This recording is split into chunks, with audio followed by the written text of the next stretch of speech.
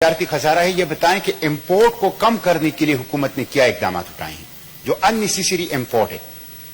جی، import کو کم کرنے کے لیے minister of state for parliamentary affairs sir, ایک تو ریگولیٹری ڈیوٹی ہم نے لگائی ہے، اور اس کے ساتھ ساتھ سر امپورٹ، اگر میں آپ کو آن براڈ بیس بات کروں گا، امپورٹ سر آپ کی تب کم ہوگی جب آپ کی ایکسپورٹ بڑھے گی، جب آپ کے ایکسپورٹ کرنے کی صلاحیت بڑھے گی،